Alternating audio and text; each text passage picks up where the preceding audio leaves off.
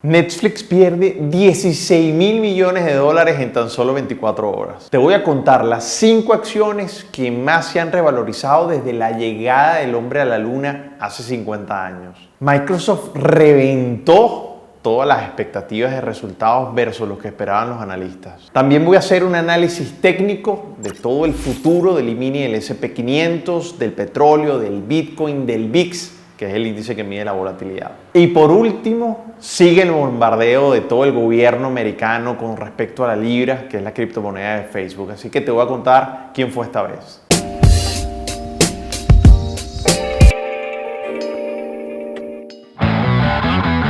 Esta semana, específicamente el día miércoles, la Reserva Federal fue clara al decir que estaba preparado para cualquier evento económico mundial debido a las crecientes tensiones comerciales y adicionalmente a la baja inflación que hay en este momento. Actuarán como sea necesario, pero también emplearán todas las herramientas que sean necesarias para sostener la expansión. Entonces, a final de esta semana se corrió la información por parte de 2 personas importantes dentro de ese organismo que es muy probable que este mismo mes se dé entonces la baja de las tasas. Veremos entonces, Frank, qué va a pasar el próximo miércoles 31 de octubre a las 2 de la tarde, hora de Nueva York, que es cuando sabremos si hubo o no hubo recortes de tasa. Promete ser un día súper interesante en los mercados, porque recuerden, de darse una bajada de tasas, sería la primera bajada de tasas en 10 años. Por otro lado, en plena semana de earnings season se publicaron los resultados de la empresa Microsoft. Batieron todas las expectativas de lo que estaban esperando los analistas, pero no solamente como ingresos, sino también en el resultado neto de la empresa, por lo cual las ganancias esperadas por acción fue muchísimo más de lo previsto. Esto hizo que su acción subiera más de un 4%, que es algo impresionante, y así se reforzó, siendo la compañía en este momento con mayor valor bursátil del mundo. Ahora, ¿cuánto es ese valor bursátil? Ya supera los 1.05 billones de dólares, pronunciado en muy buen español. Me llama la atención que uno de los servicios que más aportó al crecimiento de Microsoft durante esta publicación de resultados fue el servicio que ofrecen de la nube. Creció más de un 64% con respecto al mismo periodo del año anterior. Esto no hace más que confirmar, que reafirmar la tendencia que todo definitivamente se está guardando en la nube. No importa la sensibilidad de la información. Quiero reconocer públicamente cómo Microsoft ha sido capaz de reinventarse en los últimos años de forma impresionante, tanto así que se refleja realmente en sus productos y en su calidad de servicio. Eso para mí es una sorpresa absoluta que yo no hubiera esperado en el DANI de hace 8 años. Ahora, hablando de servicios en la nube, por muchísima casualidad, quiero hablarles de una noticia que va a retumbar en el mundo financiero en las próximas semanas. El presidente Trump anunció el pasado jueves que iba a meterle la lupa a un megacontrato que está a punto de asignarse o a Amazon o a Microsoft. Y adivinen de qué. Servicios de la nube al Pentágono. Imagínense la información tan sensible que se va a manejar ahí desde el punto de vista de militar y de inteligencia. Este contrato tiene un valor de 10.000 millones de dólares. Escucharon bien, así vale la seguridad y lo que es tener esa información tan sensible y almacenarla muy bien. Pero ahora, ¿esto qué hace? Esto lo que hace es confirmar esa tendencia que acabamos de hablar anteriormente, que todo, hasta esa información tan sensible, está migrando a la nube. Ahora, ¿por qué creo que vamos a hablar mucho de esto y por qué creo que será la novela financiera del verano? Recordemos que el presidente Trump y el CEO de Amazon, Jeff Bezos, han tenido intercambios importantes. Jeff Bezos es el dueño en este momento del Washington Post, que le da durísimo a todo lo que tiene que ver con el presidente Trump. Y el presidente Trump, a su vez, también ha declarado públicamente cosas en contra de Bezos, de temas impositivos, de temas postales, en fin, de muchísimas cosas, y que esta novela está a punto de comenzar. Estaremos entonces muy atentos para desenredar todo eso que pueda pasar y cómo será el impacto en esas empresas, porque este contrato va a ser definitivamente un valor impresionante que, ojo, hay empresas gigantes como IBM que se están quejando de que la sacaron de la participación y que ellos alegan que este tipo de contratos debería ser asignado a varias empresas porque no tiene sentido que se asigne a una sola y cada una de ellas puede tener un rol importante. Así que veremos qué pasa. Mientras tanto, les invito a que veamos las gráficas porque esta semana pasaron cosas muy interesantes, así que veamos primero el futuro del E-mini y el SP500. Empecemos por una gráfica diaria. Aquí nos damos cuenta claramente entonces que el mercado está en esa resistencia, a pesar de que están máximos históricos, está en una resistencia importante, donde ahí se devuelve con mucha fuerza, y aquí se puede ver claramente, donde si bien es cierto seguimos en tendencia alcista, hay unas reacciones importantes bajistas que ahora quiero verlo con una gráfica más detallada y qué nos encontramos de buenas a primeras. Lo primero es que esta semana yo les había comentado en el Trading View de la semana pasada que aquí había una línea de tendencia alcista y mientras estuviera por encima de ella yo seguía teniendo mi primer escenario alcista, pero al traspasarla, quiero decir, les había dicho que mi próximo precio objetivo era, o sea, empezaba a pensar bajista, se activaba mi escenario para aprovechar las oportunidades bajistas, para poder sacar la rentabilidad, y les había dicho que mi próximo precio objetivo era 2.970. Bueno, efectivamente llegó al precio de 2.970 en este momento que está siendo grabado el Trading View, que son las 6:58 de la tarde, hora de Nueva York. Así que, ¿qué pasa? Se forma aquí un patrón de hombro, cabeza, hombro importante que hay que tomar en cuenta porque si el mercado es capaz de pasar los 2.970, esta área de soporte importante, que hay compradores importantes aquí, es muy probable que arranque con mucha fuerza hasta el precio de 2.934, 2.935 y que si es capaz de pasar con fuerza, agarrará un ángulo importante, subirá entonces el índice de volatilidad, que yo en este momento estoy esperando que eso pase.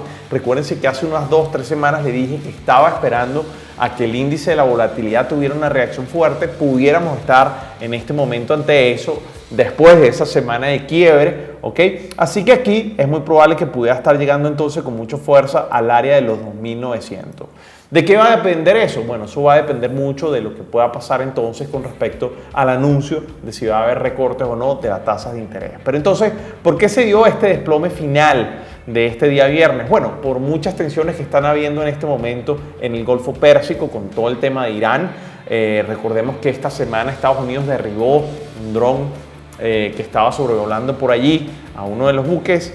También se anunció que la Guardia Revolucionaria de Irán capturó un buque petrolero con bandera británica. Entonces la tensión en este momento está a flor de piel y el mercado también se tensionó y es por eso que vimos esa reacción muy pero muy fuerte. De hecho, si lo vemos aquí en una gráfica un poquito más detallada, es clara la formación entonces del hombro, cabeza a hombro, y ahí hay que ver entonces si el mercado va a pasar esa zona de soporte importante donde hay muchísimos pero muchísimos compradores. Las noticias económicas de esta semana, desde el punto de vista del calendario, empezarán el miércoles, así que no tendrán realmente un impacto importante dentro del mercado, ¿okay? Sin embargo, esta semana es una semana que viene de earnings season importantes donde empresas como Amazon, Google, Facebook, Visa, Nestlé, Coca-Cola, Boeing, con todo este tema de los aviones, vamos a ver qué resultados va a tener y qué impacto tuvo toda esa retirada de aviones importantes, McDonald's, Unilever, o sea, muchas empresas van a publicar resultados esta semana que viene y que mueven generalmente los índices. Así que no tenemos noticias económicas importantes desde el punto de vista de las noticias tradicionales de índices o de indicadores financieros, pero sí publicaciones de resultados de empresas importantes. Así que ténganle y tómanle la lupa porque esos movimientos y ese tipo de noticias se van a empezar a dar importantes sobre análisis de expectativas de analistas versus los resultados reales, que eso es lo que definitivamente le importa al mercado. Bueno, aquí empecemos con la gráfica de la volatilidad que les acababa de hablar en el índice del S&P 500. Yo les había comentado aquí que estaba esperando un movimiento fuerte, aún no se ha dado, está en plena zona de soporte y yo creo que de aquí va a arrancar hacia arriba con unos altos niveles de volatilidad en el mercado a partir de las próximas semanas. Si pasamos ya al petróleo, específicamente al CL, al WTI, nos damos cuenta que el petróleo tuvo una reacción muy fuerte bajista, todo esto dado entonces después del reporte de inventarios en los Estados Unidos. De hecho, aquí lo podemos ver. ¿Se acuerdan que la semana pasada les dije que yo todavía seguía teniendo una expectativa completamente bajista a pesar de esta barra fuerte?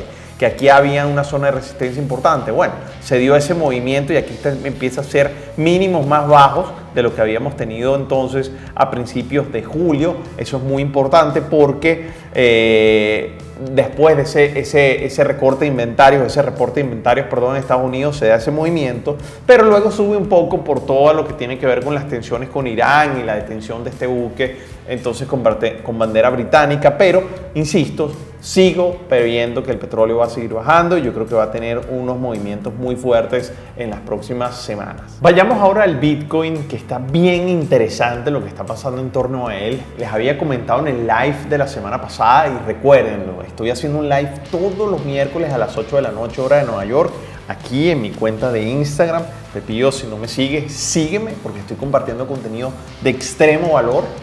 Y el Bitcoin está ganando un momentum interesante desde que salió ese anuncio de la Libra, que es la criptomoneda de Facebook. Les he comentado varias veces que el índice de correlación entre noticia de la Libra y en el efecto del Bitcoin es impresionante. Y si lo vemos desde el punto de vista técnico, aquí se ve claramente entonces que estamos en una compresión. Les había dicho cuando el mercado estaba aquí arriba que estábamos teniendo un doble techo importante y que tuvieran cuidado al invertir aquí, porque definitivamente aquí para mí en esta subida tan fuerte entraron un exceso de compradores o sobrecompra importante. Entonces el mercado aquí llega, de hecho creo que la semana pasada les había comentado que aquí estaba llegando a una zona de soporte importante y podíamos tener algún tipo de reacción. Eso fue lo que pasó.